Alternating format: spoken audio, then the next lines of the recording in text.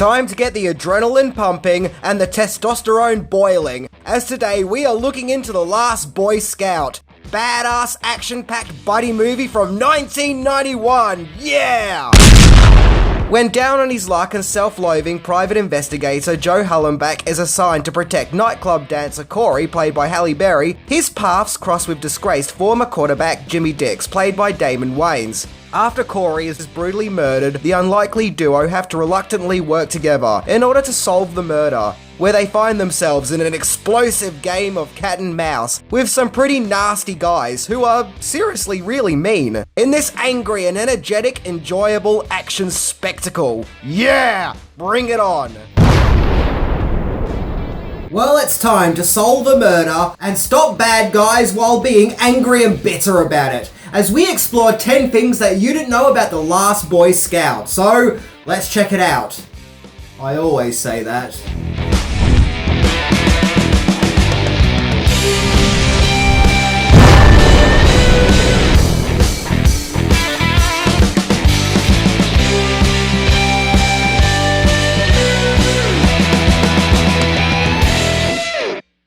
Number 10. The script was written to deal with a breakup.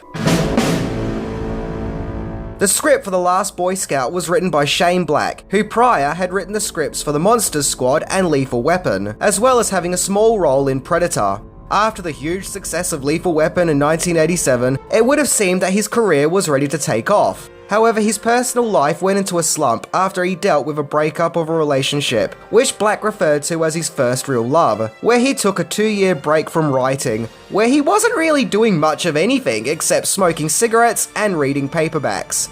Finally, Shane decided to take all his hurt and emotion that he was feeling and channeling it into writing a script, where he would write the script for what would become The Last Boy Scout, an angry private eye story, which deals with loss and retribution. This explains why Bruce Willis's Joe character is an angry, bitter cop going for a breakup. And I wish I didn't still love my wife. No, life sucks. In fact, if the Joe character is a reflection of Shane Black at that time, I wonder if that explains his last name, Hallenbach, because it kind of sounds like Hellenbach, as in, due to his previous trauma, Shane Black had been to Hellenbach. I don't know, that's just a theory. Furthermore, most of the characters in The Last Boy Scout are pretty angry and unlikable. Black actually found the writing process of The Last Boy Scout to be a very positive one, describing it as one of his best experiences, with his focus being better than ever, and that while writing the script, he could go days without speaking, calling the process of writing this movie as, quote, cathartic. So it's pretty cool that Shane Black could take all that hurt and pain that he was going through at the time and channel it into creativity. Number 9. The script was sold for a record price. There was something of a bidding war taking place with Shane Black's The Last Boy Scout script. Once again, probably because Black had previously written Lethal Weapon, which was a huge hit, and everyone was probably looking for the next Lethal Weapon. Finally, the Geffen Company, along with Warner Brothers, won the bidding war and obtained the script for a whopping $1.75 million, which no doubt resulted in a very happy Shane Black. At the time, the Geffen Company already had several popular movies to their name, including Risky Business, After Hours, The Little Shop of Horrors, and Beetlejuice. And The Last Boy Scout was no doubt the company's entry into the new explosive action genre, which was popular at the time thanks to movies like the as-mentioned Lethal Weapon and Die Hard. As for the $1.75 million fee for the script, well, Roger Ebert himself would go on to call this transaction as a set record for its purchasing price. Number 8. Then another studio offered even more money. So although the $1.75 million was a huge fee for its time, if you can believe it, Shane Black could have received an even higher payment for his Last Boy Scout script. According to 80skids.com, independent film company, Carolco Pictures, was so determined to buy the script, they offered Black an insane $2.25 million for the script, which would have been unprecedented for back then. At the time, Carolco were at the height of their powers, having previously produced Total Recall, as well as the then upcoming huge juggernaut Terminator 2 Judgment Day. But you see, here's the thing, part of Black's deal with Geffen and Warner Brothers meant that he would also be working with producer Joel Silver again, after having previously worked with the producer on Lethal Weapon. So it seems that Black chose loyalty over money, and chose to stay with the producer that he had already previously worked with. However, several years later, Black would get paid $4 million for his Long Kiss Goodnight script, which once again was an insane amount of money for its time. Wow, these studios just can't seem to get enough of Shane Black's scripts. Number 7. The original title was very familiar.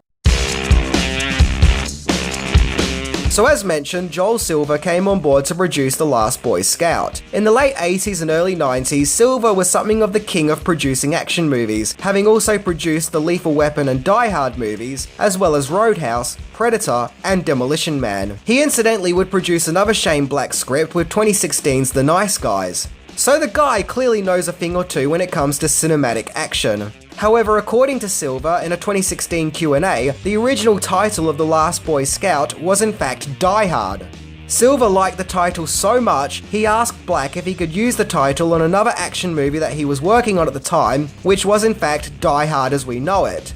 In its early production, Die Hard was in fact called Nothing Lasts Forever, named after the book that it was based on. So Nothing Lasts Forever became Die Hard, and Shane Black's Die Hard became The Last Boy Scout.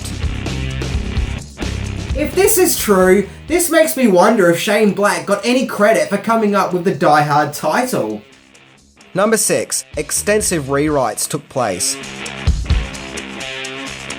Tony Scott was hired to be the director of The Last Boy Scout. Scott had already proven that he had an eye for action, having previously directed Top Gun, Beverly Hills Cop, and Days of Thunder, and so he would have been a wise choice.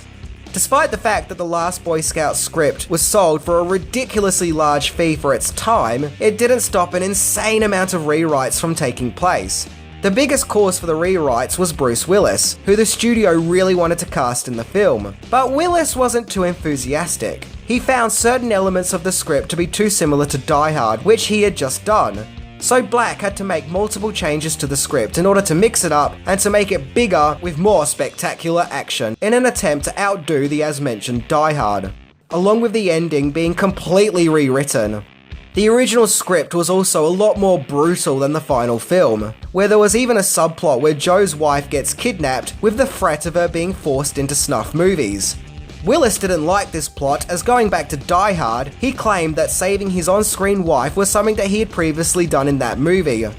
But then again, there are also other claims that that subplot was removed in order to get the movie past censors. According to Wikipedia, yes, I do like that page, both Tony Scott and Shane Black agreed that the original script was way better than what was seen in the final film. Number 5. Clashing egos.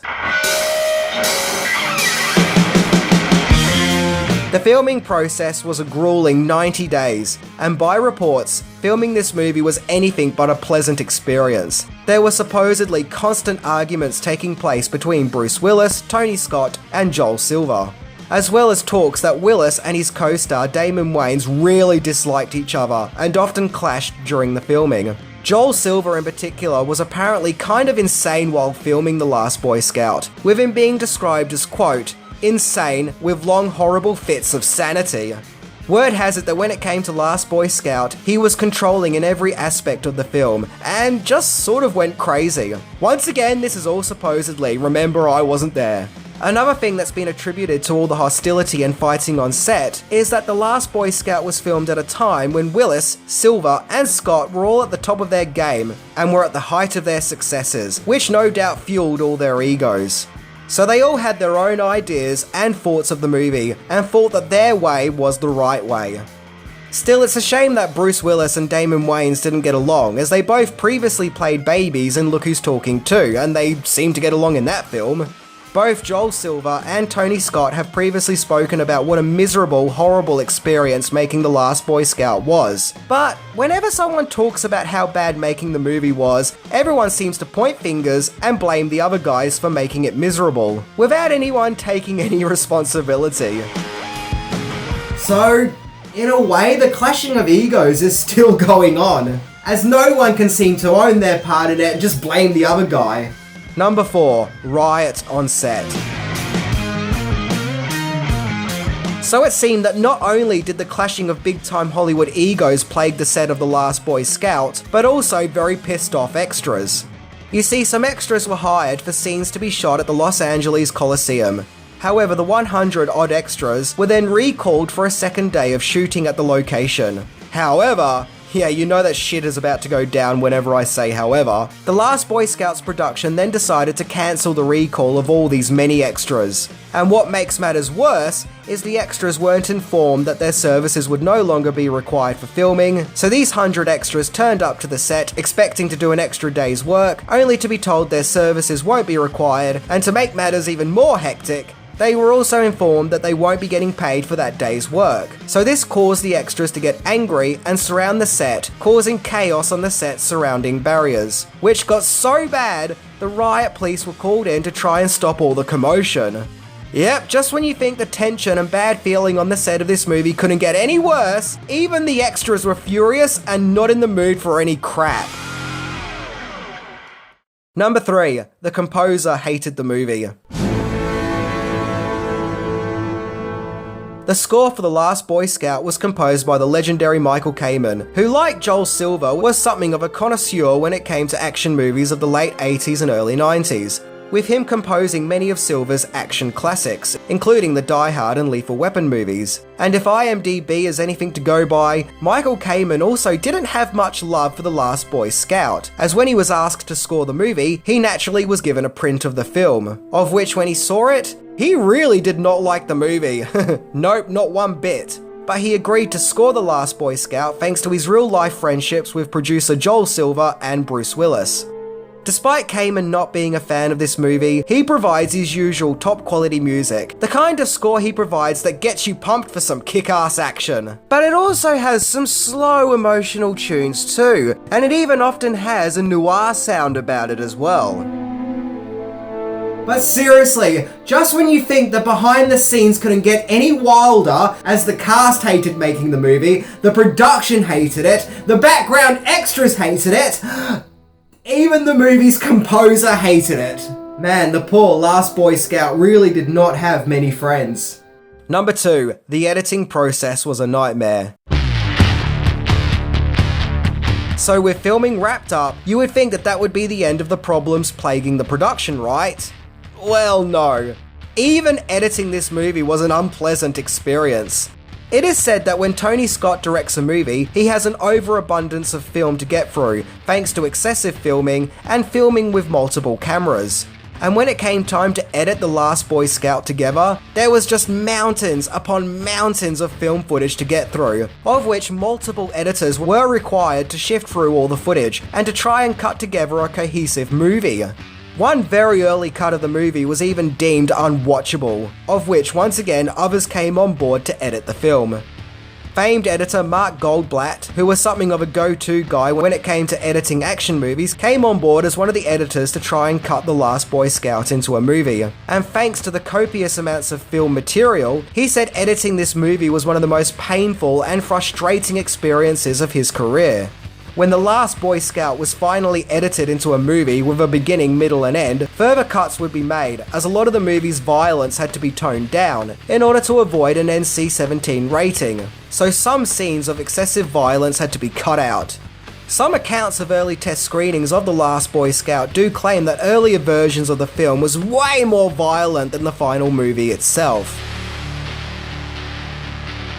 Bonus entry: cast and crew possibilities.